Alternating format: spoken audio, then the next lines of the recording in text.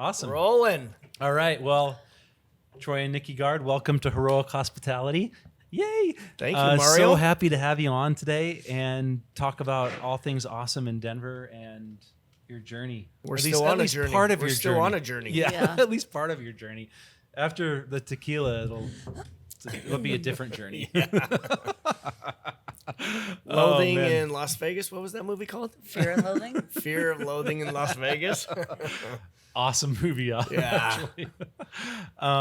Cool. So, again, thanks for coming on. And I love to just, I know you guys get interviewed all the time, and I personally just want to learn a little bit more about maybe like this work-life balance that we all strive for, and what that means to you too, and what that means to your children and family, and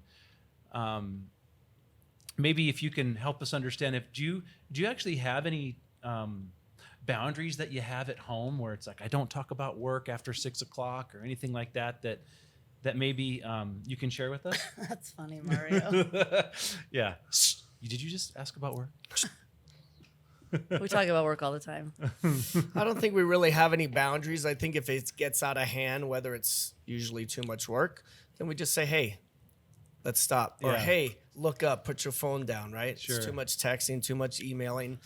And lately, we've been trying to have 15 minutes a day. I know that's not a lot, but it is a lot It is, when yeah. you're busy. To just have one-on-one, her and I, just talk about her and I, maybe the kids, no work. Hey, how you doing today? How you feeling? What's going on? What are you doing this week? What can I help you with? I love you, whatever, just so you got that connection. Because otherwise you're just busy. You're just, from the minute we wake up to getting 2 kids ready, Sure. sometimes 3 if Grace is with me, till the minute we go to bed. It's just, it's boom, boom, boom. So, Nonstop. yeah. Actually, Nikki, can you tell us the role that you play in the company, and also Troy's? I forgot to start with that. Sure. I am the current GM of Garden Grace. Oh, very good. Actually, that's news to me. I thought you were. That's why you don't see me anymore The director at the club. Well, I thought you were the beverage director for the company. So are you still doing that, or are you doing both now? No, just Just that. that. Yeah. Since I've been the AGM since the fall or last summer, and then GM since January. Let's take it a step notch back. Sure. Yeah. We've been together 12 years. Yeah. We met in the restaurant business, as does everybody. Yeah. She was a manager at TAG. I was obviously the chef. Yep. So now she's co-owner. I persuaded her to say I do. Oh, you know what I mean? Yeah, of course. So through the years, her title has evolved. It's gone up and down in between, just like mine. And now, after COVID, she said, you know what? I am tired of being at home all the time. Oh. So she wanted to get back to work. She was doing 9 to 5 and then going the home. GM of Garden Grace. And then going home at 5. Now I go home at 5 or 6. I'm Mr. Mom. She gets to do what she loves, what she's great at, and what she, inspires other people to be. Nikki, Yeah. great, smart, funny, charismatic, works the floor Is he like in no trouble one else. or something right now? I'm And you know what? We lost our GM January 1st, and so she stepped up and said, "Hey, I want to take on more." Now it's a lot more stress, a lot more going on, but I think we've been learning, dealing, tweaking, Sure. handling it all differently. And I don't know about Nikki, but for me, I've loved it because I get to be with my kids and they're growing up so fast. Yeah. And I never used to do that. I was always working my ass off. So, kudos to Nikki for wanting to take on more. I'm trying to take on less. And so it's worked out pretty well. What do you enjoy most about this change in your day-to-day life? Well, I think we're all a little bit crazy. So you a little bit love the crazy and just the change that every day brings. That's also the worst part, right? Sure. But we have a great team at Garden Grace, as you know. So if we didn't, it probably wouldn't be as fun as it is, or whatever. So What do it's you the people. think? What do you have an AGM? We just hired one a month or so ago. That's Yeah. awesome. Yeah. And how long has Garden Grace been in the mix now? Denver Almost- Garden Grace? Almost 10 years. 9 years in March it was. 9 years. So that's pretty It's a good. great run. So take it back again one step further. May 09 is when we opened Tag on Larimer. Mm-hmm. Since then, we've opened 17 restaurants. We've closed a few along the way, some for COVID, some for leases, some we just didn't want to do anymore. So we've R.I.P. Mr. narrowed Tuna. That's we've right. narrowed our kind of focus. Before I was a mile wide and an inch deep. Sure. So now I'm a mile deep and an inch wide because we used to have like 10 concepts. And now we have 4 that we're just really trying to focus on. You helped us at some of our great concepts too. And you're a true professional and you've got a great name around town. And that's what we just try to do. It's taken me a long time. I'm going to be 52 in 2 days. So Happy birthday. what I've learned over the time is everything is about people. It's not about what you know, who you know, how you do it. At the end of the day, it's really about people, how they're treated and how they treat other people in whatever businesses it is. In my early 20s, like, fuck, I just want to make great food, right? Let's do this, do that, screw this, screw that. Like, no, we got to start from How the has basics. maturity helped guide that path for you as we're all getting a little bit older? This podcast is for people that either aspire to be in hospitality or in the trenches of hospitality or have an entrepreneurial spirit. Is there something that you can identify as you get a little bit older that makes it either maybe a little bit easier or just something you pay closer attention to when it comes to like how you lead your teams? What would you say, Nikki?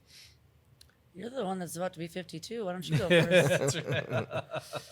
You You have the know, maturity. every year, You didn't do every year is different, like we were just saying off air. Yeah. The younger generation is different. The older generation is different. Mm-hmm. Our generation is different. Times change. Electric cars, computers, iPhones. I mean, you name it. It's moving so fast. Sure. Back in the day, I had to use the yellow pages to go find a job. You know what I mean? So now it's just at a click. Mm-hmm. I think you've got to change with the times. And I think we do a pretty good job of it. We can always be better, but I think we do a great job of it.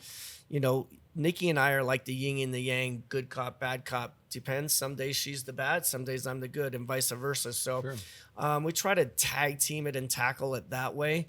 And we've always tried to be the employer of choice, but I think we've gone above and beyond now because, again, it is 110% about our employees. Yeah. If we make them happy, they're going to make the guests happy. Not that we didn't do that before, but we've just thought about it differently. Would you say that, Nikki? Is there something that you could, is there a little nugget of wisdom, Nikki, you can offer what you guys might do different than another restaurant group that's obviously trying to employ the same skilled professional? Like, why would someone go work for you as opposed to the other awesome restaurant down the street? God, Mario. I don't know. There's a lot of great restaurants down the street, right? Totally, I mean, yeah. I It's think- hard. I mean, we both employ people, so and we're friends with those people, so Yeah. I can't say that Yeah. I'm better than them or not, but it's just different. not necessarily better, just like just something that you're really proud of that you do at G&G. If I remember, I know that health benefits was one of those things that you offer.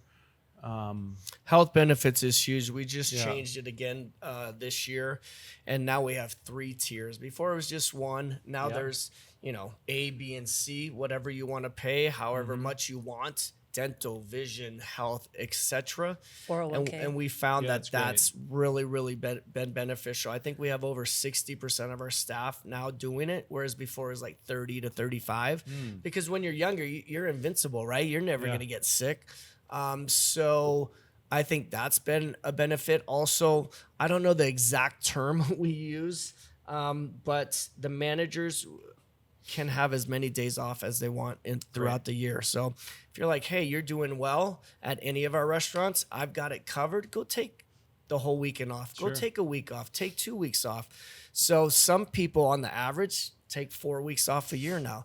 That rejuvenates yourself. We're going to Maui on Thursday, and I get away probably every quarter now for 2 weeks because it gets me fired up, rejuvenated, refocused. Not that I wasn't before, but you see things in a different perspective when you're able to step back. Right. That's what I feel. So 100%. I mean, I know you also, have you ever had have you ever paid for a coach or some sort of Troy has.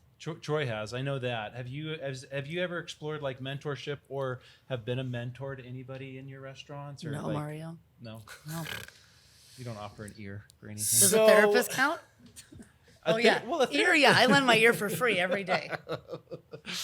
I mean, I've just found such value in having a business coach, and I do think that when we do talk about the younger generation and people that don't have access to the things, and people like us that have proven themselves in a time in this industry that is much different than it is now.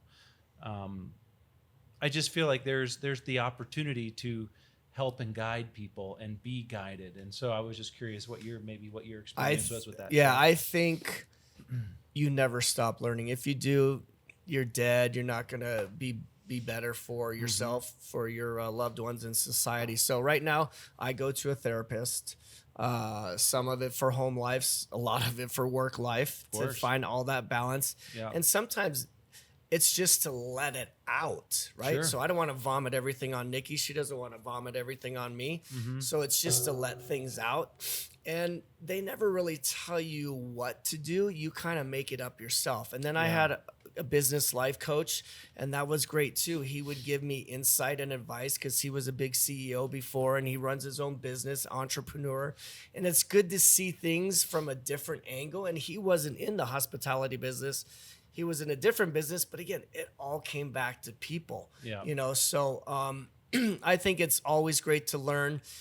Being a chef, let's say, for instance, at Tag, I'm so proud now that so many of the cooks that worked with me are chefs or owners now. Yeah. And that makes me feel good that I did hopefully something pretty well, and they learned and grew. Also, what's super exciting is having them come back, leave for a few years, come back. And again, Nikki's awesome. She's pretty humble. She's not going to talk about it, but people love working for her. And they get to learn a lot from her, from Troy, from James, our CEO, and from all our great managers. So we really, I think, try to do more. Yeah, we sit down with them once a month, quarterly, yearly, etc. We close more than 2 times a year, but we have our Christmas party and a July 4th party. We're taking some winners of a contest to California. What was the contest? Just a wine sales contest. Yeah. So you would just say, hey team, we have this. What was the contest? Like you run it for a month, right? So it's like we're featuring this specific bottle of wine. Yep. And then whoever sells the most out of everyone, 4 people get picked to go to Paso Robles and hang out at the winery and stay in the house and be with Davin or What myself. An amazing opportunity, because a lot of people don't really have is. that access. Again, they don't have the access. They get to... We pay for it, of course. Yeah. Sure. And they get to go on this vineyard and hear these stories. You're in the restaurant business. Everybody buys wine and food. But what sells it to the guest and even to yourself when you're working with these products is the story behind it. How old are these vines? Who cultivated it? How did they cut it? Et cetera, et cetera. And so what we do in the kitchen is, because always the front of the house are getting these perks. Hey, we're going to do it for dishwashers, prep cooks, and cooks. I take them to LA for 2 days and eat tacos. I'm going to take them to Chicago and eat at steakhouses. We're going to go to Nashville and eat at breakfast places. So that's what's fun to do. And I think people really enjoy that. Talking about people being a part of the business and such a big part, the part of the business and the main driver. one of the things that have always inspired me from you is the way you treat vendors is a very similar way that you treat your employees. And I just find so much inspiration and have taken a page out of your book regarding that. Is there anything since this whole dust up of the last handful of years that you've like doubled down on or kind of removed from or your strategy when you talk to vendors and negotiate those relationships with people that always want a piece of not only you but your restaurants? Because it's a mountain of work, and you ran the beverage program for all the restaurants, and I just feel like everybody, and you dealt with it with such grace, pun intended, that, I'd love to just, what are your thoughts on that? And like, how can like a young beverage professional also take a page out of that book? Like, what kind of advice would you give to that? I don't know. I mean, I just try to be friends with everyone and, of course, be as professional as possible. But I think like when you're young, especially, it's like, you don't know everything, but everyone doesn't want everyone to know they don't know everything. So Sure. You're just trying to like go to these tastings or whatever and like act like you do instead of like asking a question that you feel might be stupid. And I think with the vendors too, there's been a lot of changes and shuffling that have happened to where it's like, now if you don't buy this, you can't have this. Sure. And maybe for some things that's worth it, but I think a lot of it's like there's a lot of great wine out there, right? So maybe I'm just going to choose not to do business with you anymore if that's the way you're going to conduct yourself. Like, Sure. I don't have time for that. So. Yeah. If there's no room for people that aren't striving to be awesome, Yeah. and I think you had a good point there that, if you don't know something, don't pretend. Yeah.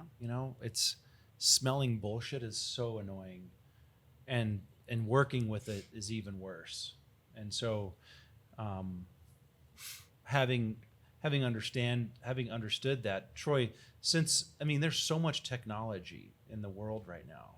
Have you guys employed any technology recently? I know POS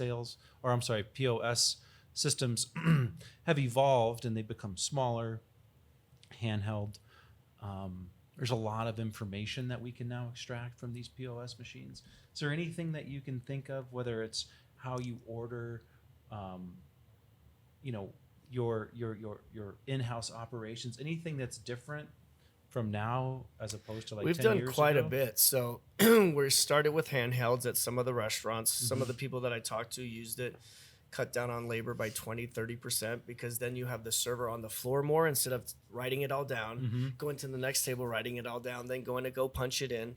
So now they can stay on the floor, and then the food or the drinks come out quicker. So we're going to see less labor, and you have to do that because of the way minimum wage, the way all this is going, right? It's expensive right now. There's no store you drive by right now where there's not a now hiring sign, right? Yeah. I've never seen that in my whole life, Yeah. right? Even McDonald's and Starbucks. So we have to be creative in different ways. And every year we go through the P&L and we sit down, we're like, okay, how are we gonna shave off some more points without raising our prices? Right. And that's So what we hard. do. We go back to our vendors, like Nikki makes great partners. We go back to them, say, hey, we bought X amount with you. Now we need a discount and we need to work together. It is a partnership. I need to understand Yep. that too. On the other IT stuff, unfortunately, Aloha, which has been the king of the kings, is losing ground to other IT places. So like Toast, we're going to. It's just different. There's some things on Open Table and all these other reservations where it was Open Table was the king of the mountain again. So there's a lot of new stuff out there. It takes a lot of time to go through it all. But right, every day I could really sit down and do something. I don't have the time for that. So we pick and So choose Troy, what we not want only to do you not have the time, you're also programmed. Yeah. I mean, it's an analog between you and I. I mean, Yeah. and so when someone approaches us with like the newest, shiniest thing, it's like, oh my God, I can't even wrap my head around today, let alone, Right. like, so do you have people helping you kind of I do. sift through that stuff? So just within the last year and a half, we hired a CEO for the group. Oh, great. Before that, it was Nikki and I doing pretty much everything. And through COVID, it just honestly fried my brain to just do everything. And again, great vendors. we worked out a payment plan for them. Great landlords, we worked out systems with them. And if we weren't great in our business, we've never been late on a check. We were always up front with everyone. One guy, we just had built Houston Garden Grace, which you know about. I do. And I owed him $800,000. And you know what? He was cool because I was up front. And I paid him off over 16 months. And at the end of the check, which I just paid him in December, he's like, you know what? That is so cool. I've never done anything like that. And that's such a stand-up job you and Nikki show for your restaurant group. Like, that's a lot of money. He could have easily done something for us. So there's a lot of checks and balances every day. And like Nikki said, what's fun is like it's controlled chaos every day. The dishwasher's not going to show up. The dishwasher's broken. Oh my God, what's going on? Sure. You like consistency, but you also like we're in a crazy business where even your club here, right? Like it's just different every night. Every night. Different people, different whatever's going to happen, weather, etc. So I mean, this idea of integrity and lifestyle and how you live, it screams volumes from the top of the highest mountain. It's specifically like how people look up to you. So people will look up to you for a very specific reason. Oh, he's a great chef, or he's a great leader, or an amazing father or mother. And to have that credibility and to stand beside what you say, that money that you owed, just that action alone speaks volumes for how you lead your teams. And the expectation is, if you're working for someone like that, there's an unrealized expectation that now they owe that to the customer or to their person to the left or to the right, whether it's a chef or a server. Yeah, the technology thing is so hard. The technology, like, but it's so I'm more easy. It's old just school. like I'm the four walls. Like I always say, hey, you just want to say aloha more often. Aloha. So I want to take care of the guests that walk through the door. And honestly, in 2009 when I did tag, that's what I focused on. And I still have the same book. It's like, oh, we did 29 covers for dinner. Just think of that. Mind-boggling. Next day 30. Next day 32. And we just did a little bit better every day because I said we got to wow the 29 people that come in here. Then the 32, then the 40. And that's what we did. Sure, we did a little marketing here and there and some PR here and there. It's nothing like it is today. But that stuff's only going to get them through the door. Once you get them through the door, you have to take care of them, right? So I can spend all the money I want on marketing and PR and fancy this, fancy that.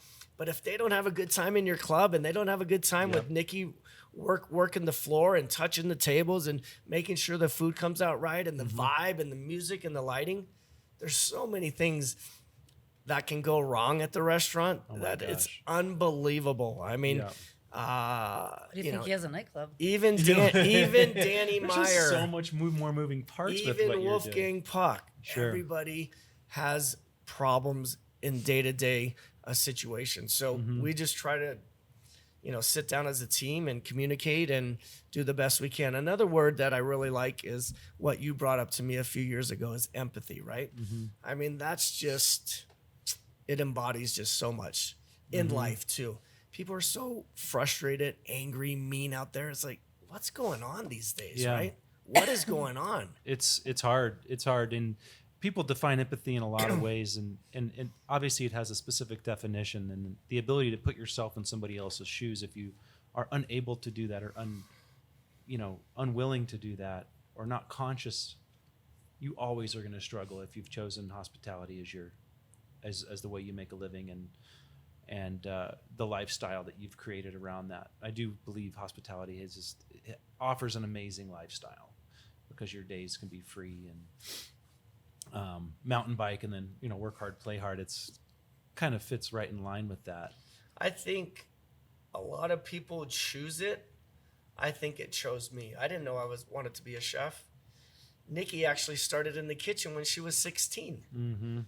But it's so brutal sometimes back there, and the guys were dicks to her that she said, I'm going to go in the front of the house. That's what I did too. But you know what I mean? Like, that sucks. Yeah. Like she wanted to cook, and people were just lame. Of course. So anything's a tough business, but Hospitality is, I don't know. I just love it.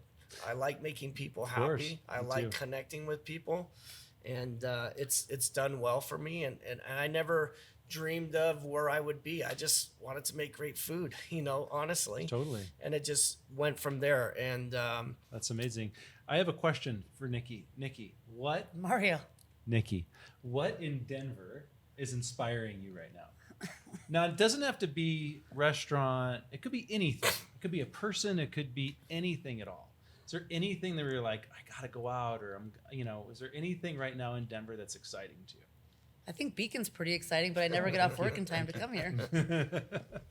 Well, you always have a home here. Thank you.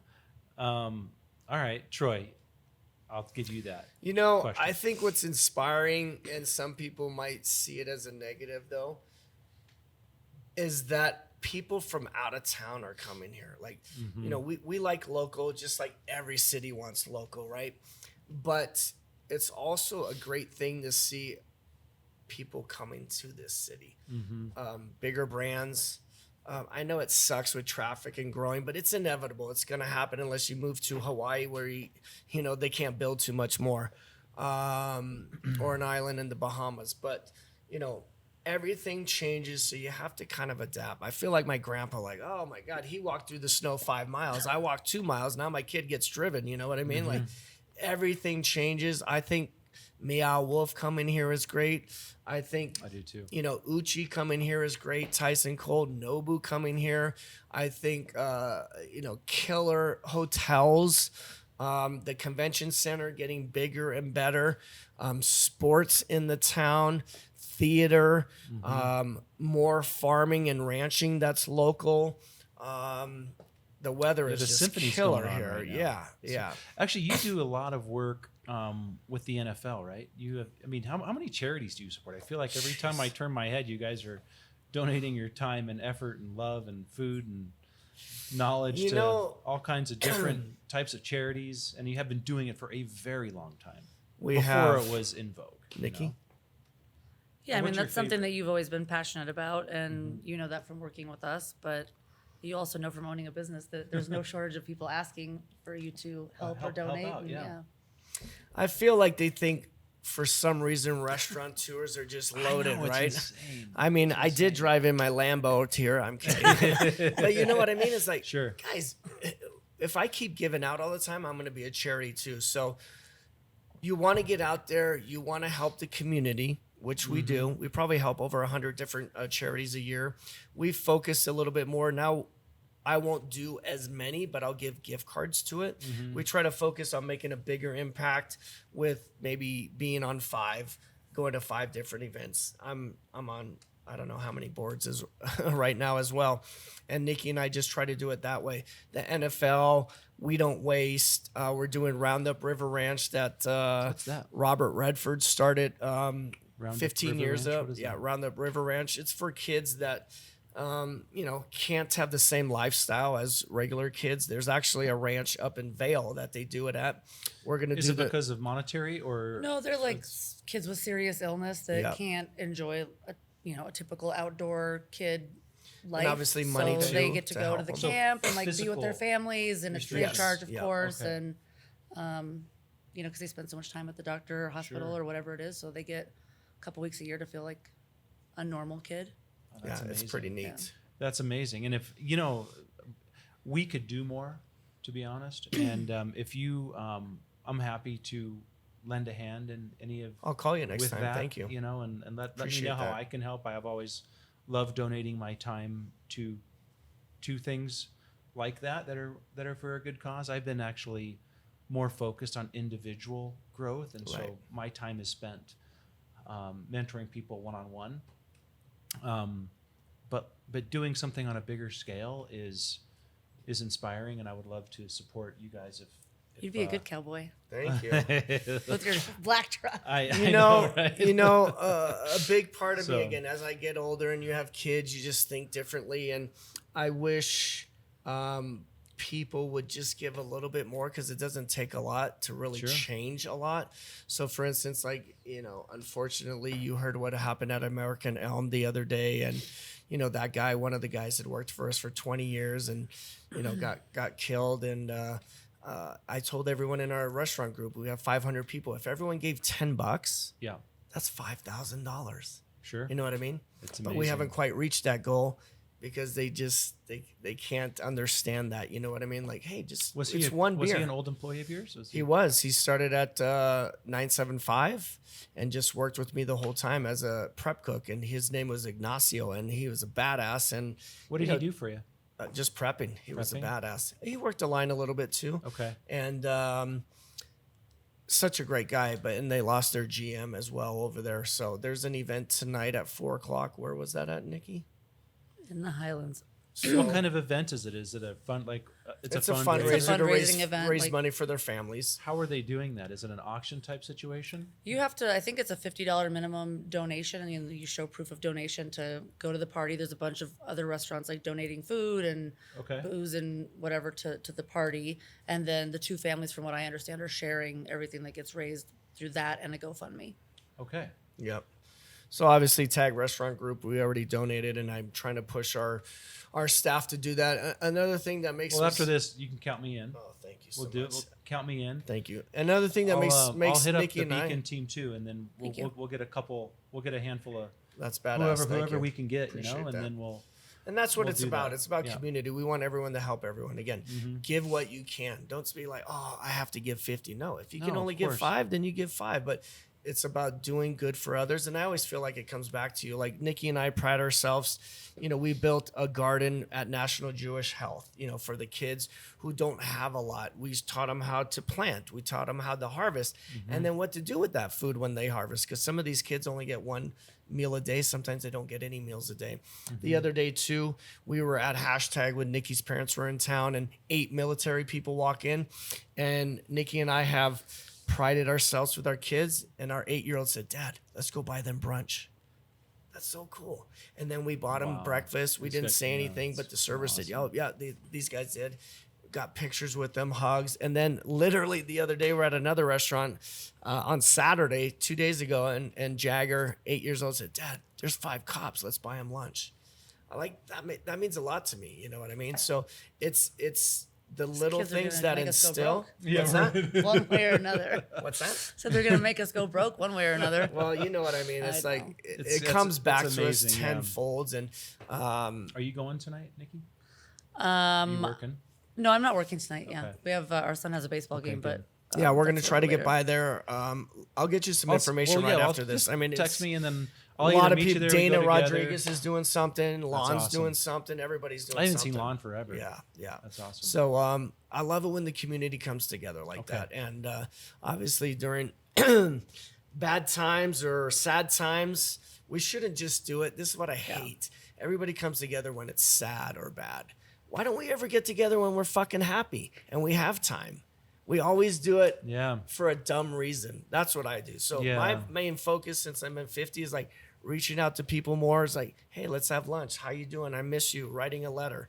Just little shit like that. But I'm old. Sentimental in his old age. Sentimental. You know what I mean? But it's true. I mean, I had a friend 54 have a heart attack the other day and die at 54 healthy. You never know. Damn. You never know. Yeah. So it's important to take this time and make love every day, guys. Yeah. and that's one reason, when we take the time out of our time to. You guys are so busy. Thank you again for taking the time out of your day to be on the podcast. This is really for people that care about, what they do, whether it's in hospitality or any type of customer facing business or life. Anyone that aspires to have the entrepreneurial, or if you have the entrepreneurial spirit and aspires to own a business. I do have one question for you that I didn't want to forget, Troy. Going through the process of opening all these amazing, successful businesses that you have, there's a first line of defense. One is yourself creating a concept and identifying kind of what you want and what you think you're capable of and what you want to aspire to. But then, you have to deal with the people that have the land or that are the brokers. And it's not that easy. because they don't always have your best interest. Is there a way that you can that you've sniffed out the bullshit when you're talking with brokers or landowners? Because I also know through the grapevine, and we've never talked about this, but like the whole tag transition, from what I heard, just was so unfavorable. And that was a big time property manager coming in, buying a bunch of land, not respecting kind of what you've done for Denver, and which is a reason why the Uchis and the Matsuhisas, because you guys really did pave the way and open the door for Denver, for the Denver food scene. I remember when I opened my restaurant, you were the people that I went and talked to first, and you took the time to talk with me, and that's a form of mentorship, whether you think so or not. But you did that, and you helped me, and I appreciate that. But dealing with these brokers and these landowners, do you have anything that you can offer as advice on how to sift through that bullshit? Do you have any, Nikki? I mean, I think we have some great partners that have been amazing to us that we would probably open every restaurant with. And then you have some that we've maybe done it anyways and realized in hindsight that you should have listened to your gut and be like, this might not be the best, but I want to open this and I think it'll be okay. And, Sure. It's usually like winds up, you should have just listened to yourself, I Yeah. think. I don't know. What do you think? It's very cutthroat. Like, it's easier to get a divorce than it is to really get out of a these lease. leases. It is crazy, and you know firsthand. And I've learned every year. The first year, I love Larimer, but there was a few things that I got worked over because I was new, I was gullible, I didn't know. And I love And you were all those passionate, guys. right? Yeah, Yeah. I'm passionate. And again, I And just an artist to some degree, Yeah. because you're creating every day. Not to some degree, an artist, because you are creating every day. You are buying a perishable item that you make tasty and beautiful. So right. You're not Please thinking finish. I about didn't- the I didn't business. mean to- You're No, no, no, thinking I about like the that. dream I of it, appreciate right? that. It's like you just get lost in that yeah, sometimes. but some people were just like kind of bastardizing that artist. It's an artist for being. No, it's actually because you do buy a perishable item, and it is tasty. Yeah, I mean, and it like does look if good, right? if you own a shoe store and you don't sell the shoe, well, you can sell 2 tomorrow. If I don't sell my filet mignon Yeah. tonight, I can't sell 2 to you tomorrow. You're not going to eat No. 2 filet mignons. You know what I mean? So it is really, really challenging because the only way we make money is if you come through the door. And there's a lot of great competition out there. So with the broker thing, I think we try to surround ourselves again with good people. They're in it usually to make a deal, to make the money. Same with the landlord. And it's got to be a win-win. You know that. It's like I don't need to make more money than you, and you gotta shouldn't be a make more win-win. money than me. Let's do it together. And I've always found, Nikki and I, when we sit down with the landlords, 9 times out of 10, trust your gut, or 10 times out of 10 actually, because it sucks not having a great landlord. Because when shit hits the fan, like COVID or anything else, or you need something, it's always great to have that helping hand. And just like friends, just like our vendors, etc. It's about relationships. So as So it we sounds continue, like what you're prescribing to the listeners, if they are going through this process, is finding someone that knows more than you, correct, always. talking to the vendors that sell in the immediate area just to make sure. But finding someone that knows more than you is so important. Yeah. I had the opposite thing happen to me at Lower 48. I wanted the deal so bad because I loved the landlord, and the location was less than stellar. So I had the opposite. It's tricky it's because a very we tricky love deal. what we do. And someone told me once, hey, don't get so married to the idea because it's like a flight. You miss one, there's another one 30 minutes later. Everybody wants good people. So I've fallen in love with the landlord. She said, don't do it. Like a place out in Colorado Mills. But I'm like, oh, we can do it. We can do it. And it was built out beautifully. It didn't work out. Then you have a place like Mr. Tuna that everyone says is a home run. And we ended up closing that too 4 years later. So you just never Sure. know. And everybody still talks about that place, but there's a lot of reasons we could say it failed or didn't. The street like Brighton. I mean, all they're of the still reasons. doing work I on know. that street. I know. Jesus Christ. No, I know. And then you see like people I like wondered about Dayton, that all the right? time. Number one restaurant, Acorn. They went out. Yeah. So it's not just Brighton, us. another Brighton Boulevard. Yeah. Yeah. There was so many places at the Source that's turned over. So it's just very challenging. I wish it wasn't so. It's so consuming. 120-page lease. Then you got to go through the lawyers. Then I don't understand 110 pages of it. Nope. And it's just something will pop up when you least expect it, and it's like, gosh darn it, you know what I mean? It's really, really one of the challenging. things you have to be ready to spend money, and you have to be willing to acknowledge when you don't know something, and hire the professional, figure out the cash, and just hire someone that knows more than you. Right. if Here's a you perfect don't, you're gonna get example. burned. Yeah, real fast in COVID, right? It's like, okay, everybody closed. The government shut us down, right? Mm-hmm.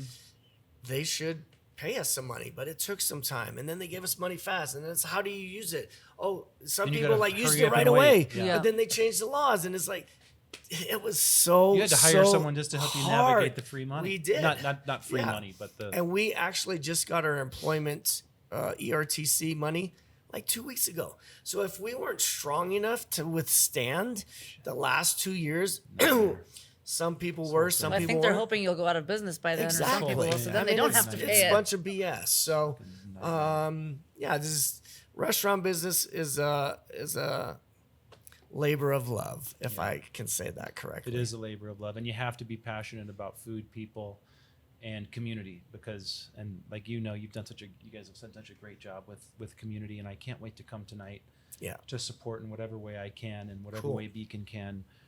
You can count on us with whatever you need for that. And support your favorite restaurant. Independent. I should start by It's saying always the word funny. It's like, hey, independent. Nobu has his money. yeah. it's always funny. Independence, like, there a really was, key word when it comes to I restaurants. forget what restaurant went out or something. It's like, well, why are you closing? It's like, I love that restaurant. I said, well, when was the last time you were there? Oh, like 2 years. So you got to support. I mean, a lot of people did a really nice job in COVID, and it is what it is. Some people were going to close anyways, but just really thinking outside the box and be like, you know what, I'm going to go support them, and actually, honestly, swear, Nikki and I once a week went to a different restaurant just to show our did I. support, whether we went course. in it or took the food out, and it was just, I think, very, very meaningful for other people to do that as well. I love the Tavernetta meals that they did. They were so fun. Oh my gosh. I mean, those guys just crush it. They're definitely an inspiration to Denver. Yeah, we Tavernetta went and to the a whole drift and Frasca got team. cocktails, Oh, yeah, that was Tavernetta. fun. I mean, we went everywhere. We went to Stanley and helped. It was great to see the community working together, but some people just don't understand. Like, well, why are you closed? Like, well, when was the last time you were there? Yeah. You know what I mean? Help support the locals. Yep. Super important. Well, thank you one so thing much. I want to say Go ahead, real please fast do. Yeah. is- I got all day. So Okay. I'm more worried about your time It's than mine. a labor of love. I got in this because I just like to cook. I was a dishwasher, then I was a busboy, then I was a host, then I was like, God damn, those guys in the kitchen. Never a look cool. hairdresser. Never a hairdresser. Darn it. Nikki was. I know. And, I got into it because I love it. For some reason, I like the excitement. Can I you like the tell? thrill. I like, from 5 to 9 is like, boom, you prep all day and then boom, you gotta get on it. But it's a lot of hard work. I mean, I was making $5.50 an hour when I first started. Okay. Now a lot of people, yes, it's the times. I'm an old man and things change, but how I did it, I didn't go to culinary school. On my days off, I went and knocked on the restaurant next door, the restaurant that I looked up to, and said, hey, can I work for free? Of course. They made me peel potatoes. Then they saw how good I was. Then I got to move up and do something different. But always, like you said, you're asking people, you're trying to learn. So I got my foot in the door by looking around and doing things like that. And No one wants to work for free anymore. It's insane, but that's how the best work honestly, is done. Nikki's right. And that's the thing. It's like, well, I'm not going to work for free for you. It's like, you're not. You're learning, right? Yeah, and you're welcome. Exactly. I used to clock in at 3 every day. I worked for Roy Yamaguchi. When you at were scheduled 9 at a.m., I 5. got there for 6 hours every day for 1 year. I did that. But you know what? At 24 years old, I was an executive chef. he promoted me within 3 years from a pantry cook to executive chef because I spent 6 hours a day. And he said, hey, what are you going to do on your other 6 hours? Just spend money or get in trouble. So I went in and I learned, you know what I mean? So not everyone does that.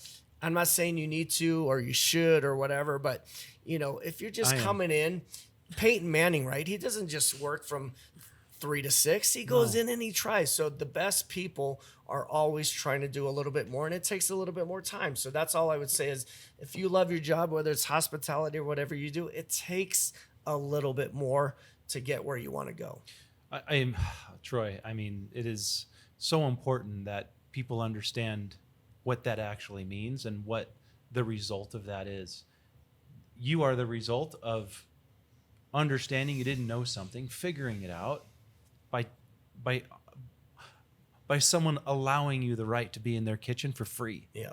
And it's just so important that it's not always a monetary exchange. Sometimes it's muscle memory. Sometimes that peeling of the potato is muscle memory, and you're standing in one spot and understanding the banter between the cooks and the banter between the cooks and the servers. And you know, I mean, here's another example is like, so I own Beacon, dedicated my life to the profession, and even at Beacon, I learned every position. Yeah.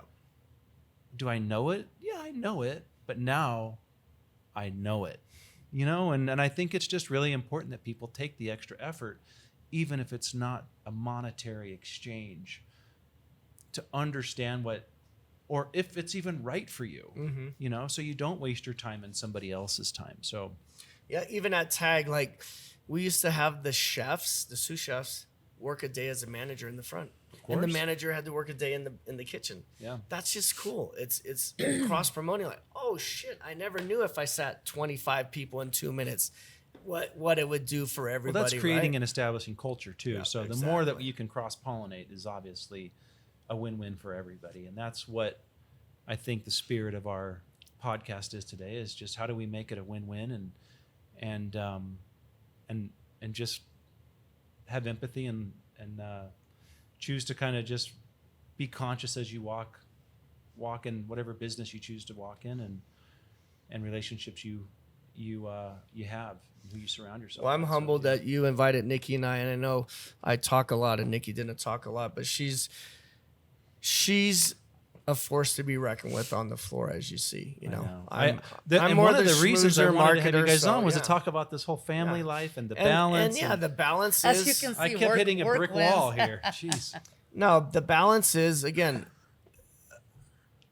I take on a little bit more right now, but she took on a little bit more earlier, and it's like that's the balance. And what's the most important job on earth? I need to tag out, right? Raising You the need to kids. come That's in. right, Mama. What's that? I said, what's the most important job on earth?